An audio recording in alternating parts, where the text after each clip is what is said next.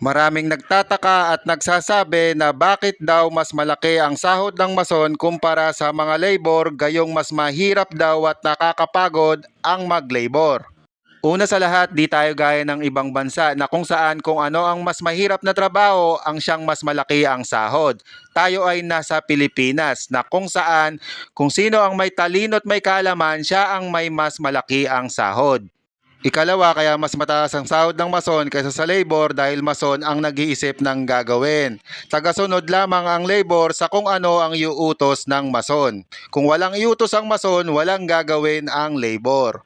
Ikatlo, dahil sa kaalaman ng mason kumpara sa labor. Dahil sa kaalaman ng mason, may masisimulan at may matatapos na trabaho. Ikaapat, dahil sa pananagutan. Kapag ka pumalpak ang trabaho, mason ang masisisi, hindi ang labor. Dahil mason ang nag-isip at gumawa ng proyekto. At ang labor ay tagasunod lamang.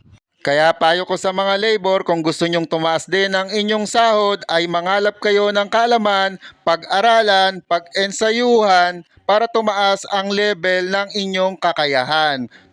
Para sa susunod na pagpasok niyo sa trabaho, kayo na ang mason.